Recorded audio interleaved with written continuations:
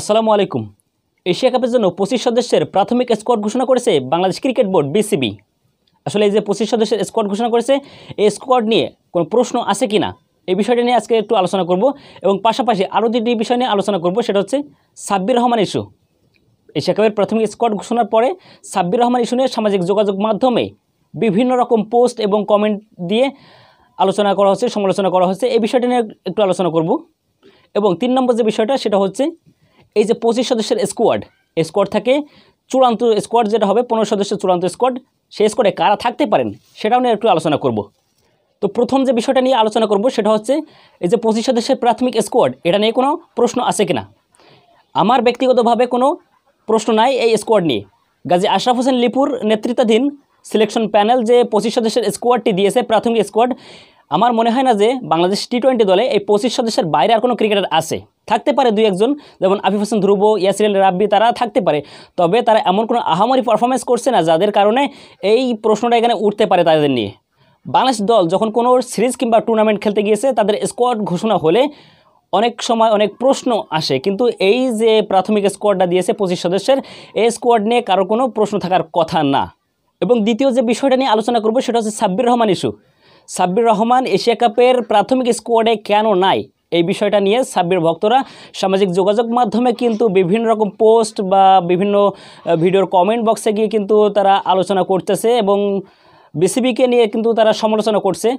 এবং আমার কাছেও বেশ কয়েকজন প্রশ্ন করেছিল, তার মধ্যে একজন বলছিল যে সাব্বির রহমান 2016 সালের এশিয়া কাপে যে টুর্নামেন্ট সেরা হয়েছিলেন এবং শ্রীলঙ্কার বিপক্ষে 54 বলে 80 রানে একটা পারফরমেন্স করেছিলেন, দুর্দান্ত পারফরমেন্স, সেই কথাটা কি বিসিবি ভুলে গিয়েছেন? আসলে সাব্বির রহমান এখন কোথায় আছেন, তিনি কোথায় খেলছেন, কিভাবে তিনি পারফরমেন্স করছেন, সেই বিষয়টার উপর কিন্তু তার ডিপেন্ড করবে দলে আসাটা। সাব্বির রহমান এখন কোথায় আছেন? তিনি এখন ইংল্যান্ডের একটি লিগে খেলা করছেন, ইংল্যান্ডের একটি ঘরোয়া লিগ 3rd ডিভিশন লিগে খেলা করছেন। এখন সেখানে তিনি ভালো পারফরমেন্স করছেন, তার ফল হিসাবে তিনি কিন্তু জাতীয় দলে আসতে পারেন না। আপনি একটু একটা বিষয় যদি চিন্তা করেন যে ঢাকার 3rd ডিভিশন লিগে যদি কোনো একটা ছেলে ভালো পারফরমেন্স করে, তাকে কি আপনি জাতীয় দলের স্কোয়াডে আনবেন? এবং এশিয়া কাপের মতো একটা বৈশ্বিক টুর্নামেন্টে কি তাকে সুযোগ করে দিবেন? কখনোই তাকে দিবেন না। তো সাব্বির রহমানের বিষয়টাও সেরকমই। ইংল্যান্ডে একটি 3rd ডিভিশন লিগে খেলা করছেন তিনি, সেখান থেকে ভালো পারফরমেন্স করলে যে জাতীয় দলের সুযোগ পাবেন এমন কিছু না। এই পারফরমেন্সটা যদি তিনি এনসিএল টি-20তে করতেন, বাংলাদেশ প্রিমিয়ার লিগ বিপিএলে করতেন, কিংবা পিএসএলের মতো টুর্নামেন্টে এই পারফরমেন্সটা করতেন, তাহলে নির্বাচকদের ভাবনায় তিনি আসতে পারতেন। আসলে সাব্বির রহমানকে নিয়ে যারা এই বিষয়টা নিয়ে আলোচনা করতেছেন, একটা অহেতুক একটা বিষয়। এবং 3 নম্বর যে বিষয়টা নিয়ে আলোচনা করব বলছিলাম, যে এই 25 সদস্যের স্কোয়াড থেকে চূড়ান্ত 15 সদস্যের স্কোয়াডে কারা সুযোগ পেতে পারেন। তো যখনই চূড়ান্ত স্কোয়াডে সুযোগ পাওয়া নিয়ে কথা আসে, তখন আসে ব্যাকআপ ওপেনার নিয়ে। এই যে 25 সদস্যের স্কোয়াড, এই স্কোয়াডে 7 জন ওপেনারকে রেখেছেন: তানজিদ তামিম, পারভেজ ইমন, সৌম্য সরকার, নাইম শেখ, লিটন কুমার দাস, সাইফ হাসান এবং নাজমুল হোসেন শান্ত। এই 7 জন ওপেনারকে রাখা হয়েছে। তো যখনই চূড়ান্ত স্কোয়াডটাই আপনি ঘোষণা করবেন, সেখানে 3টা ওপেনার কিন্তু আপনার থাকছে, সেখানে ব্যাকআপ ওপেনার কিন্তু একজন থাকছে। তানজিদ তামিম, পারভেজ ইমনের পাশাপাশি লিটন কুমার দাস, তিনি কিন্তু কনফার্ম থাকছেন, তিনি দলের অধিনায়ক। সেখানে ব্যাকআপ ওপেনারের কোনো প্রশ্নই আসছে না। আর যদি আপনি আরেকজন ব্যাকআপ ওপেনার নিতে চান, সেখানে মিডল অর্ডারে ব্যাকআপ আপনার থাকবে না। মিডল অর্ডারে যে একজন ব্যাকআপ রাখবেন, সেই অপশানটা আপনার থাকবে না।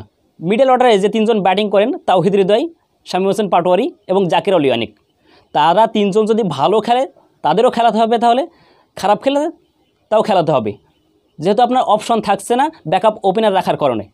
যদি আপনি ব্যাকআপ ওপেনারটা বাদ দেন, তাহলে মিডল অর্ডারে একটা কিন্তু অপশান আসছে আরেকজনকে রাখার। 4 নম্বর পজিশনটা নিয়ে কিন্তু অনেক আলোচনা হচ্ছে যে তাওহিদ হৃদয় এত বাজে পারফরমেন্স করছে, তবুও তিনি কেন দলে আসেন। আসলে তাওহিদ হৃদয়ের পরিবর্তে যে সেখানে কেউ আসবে কিংবা সিলেকশন প্যানেল নিয়ে আসবে, সেই অপশনটা পাচ্ছিল না এতদিন, কিন্তু এখন সেই অপশনটা আছে।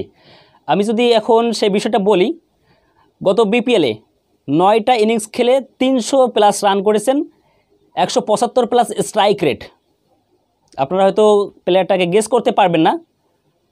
মাহিদুল ইসলাম অঙ্কনের কথা বলছিলাম আমি। মাহিদুল ইসলাম অঙ্কন, তাকে হয়তো 4 নম্বর পজিশনে খেলানো যেতে পারে তাওহিদ হৃদয়ের পরিবর্তে, কারণ তাওহিদ হৃদয় গত বেশ কয়েকটা ইনিংসে কিন্তু তার সেই পুরানো ফর্মটা ফিরে আনতে পারেননি, যার কারণে এশিয়া কাপের মতো একটা বড় টুর্নামেন্টে তাকে নিয়ে যাওয়া উচিত হবে বলে মনে করি না আমি।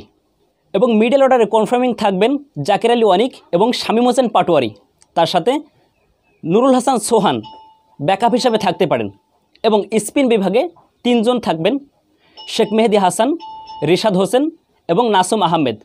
এছাড়াও পেস বিভাগে থাকবেন অলরাউন্ডার মোহাম্মদ সাইফুদ্দিন সহ মোট 5 জন পেসার। বর্তমানে বাংলাদেশের পেস বিভাগ কিন্তু দারুণ শক্তিশালী। আমি যে 5 জন পেসারকে স্কোয়াডে রাখার কথা বলছি, অলরাউন্ডার মোহাম্মদ সাইফুদ্দিন সহ তানজিম সাকিব, মুস্তাফিজুর রহমান, শরীফুল ইসলাম এবং তাসকিন আহমেদ, এই 5 জন পেসার। এবং স্পিন বিভাগে 3 জন, যদি এক্সট্রা আরেকজন স্পিনারের দরকার হয় সেই জায়গাটা সামাল দেবে শামীম হোসেন পাটোয়ারি। গত বেশ 3টা সিরিজে আমরা কিন্তু দেখেছি লিটন কুমার দাস তিনি কিন্তু শামীম হোসেন পাটোয়ারিকে দিয়ে কয়েকটা ওভার করান এবং সেখানে Shamim Patwari part time bowler হিসেবে কিন্তু দারুণভাবে বল করেন। তো দর্শক, আমার ভাবনায় যে 15 জনের স্কোয়াডটা দিলাম, এই স্কোয়াডটা আপনাদের কাছে কেমন লেগেছে অবশ্যই কমেন্ট বক্সে জানাবেন। আর খেলাধুলার সকল আপডেট সবার আগে পেতে আমাদের চ্যানেলটিকে অবশ্যই সাবস্ক্রাইব করে রাখবেন।